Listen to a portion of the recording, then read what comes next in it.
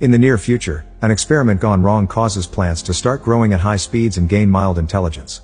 They begin attacking animals, but soon they move on people and start taking over cities all around the world. After just 1 week, all that's left of society are ruins and shelters. 1 year later, plants occupy more than 80% of the land area. Hao and his daughter Yuan missed the last evacuation, and now they try to survive by living in the ruins. One afternoon, Yuan finds a dog that reminds her of the pet she used to own and ignores her father's warnings not to go after it. Hao worries because the sun is about to set and the plants come out in the dark to attack, so he immediately goes after her.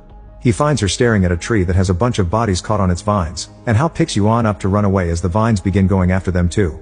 They rush through the woods, and when the vines are about to catch them near the cliff, they jump onto a large truck that they use as a bridge to go back to the place they call home nowadays. Yuan wonders if she's being a troublemaker and if it had been better if her mother had survived instead of her. Hao assures her she's doing fine, then he gives her his watch so he can keep track of her. Lastly, he sings the happy birthday song until she falls asleep. Afterward, Hao goes back to use his radio to try to find other survivors and falls asleep in the process. This causes him to miss two things: the plants are getting closer to the apartment, and the joint forces send a message announcing a plan to reclaim Earth. Hao begins to dream about the day of the catastrophe. He, Yuan, and his wife Yian had been stuck in traffic for hours, and Yian wouldn't take her eyes off the computer because she was very worried about her project to prevent desertification. Yuan didn't mind seeing her mom working because she saw this as saving the world. Suddenly, they see people running away and birds acting weirdly. Yian gets a call from her lab saying the plants they were working on began losing control. At that moment, the ground starts shaking and wounded people scream as they reveal there's a giant vine coming after them.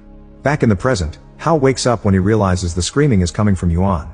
The vines have broken through the floors and are reaching for the bed, taking it and the girl away before Hao can do anything. Yuan's still wearing the watch, so Hao wastes no time and goes back outside to track her. The signal takes him to an old building full of plants, where he finds the watch on the floor. Hao moves deeper inside while using a UV light to keep any plants away and finds a body on a chair, but thankfully it's not his daughter.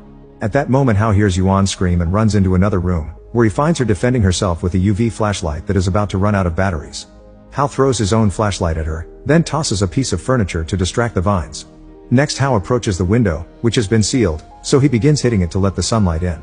As the vines begin closing around him, Hao finds a fire extinguisher on the floor and throws it at the window, finally creating a hole big enough that allows sunlight to get inside and scare the plants away. The vines drop Hao and he hits his head when he falls on the floor, causing him to have more flashbacks. On the day of the catastrophe, Yian made the family return to the lab so she could pack up her experiment. It was this testing that caused the plants to evolve in the first place, but Yian thought she could modify the formula to weaken the plants and at least make them weak to sunlight.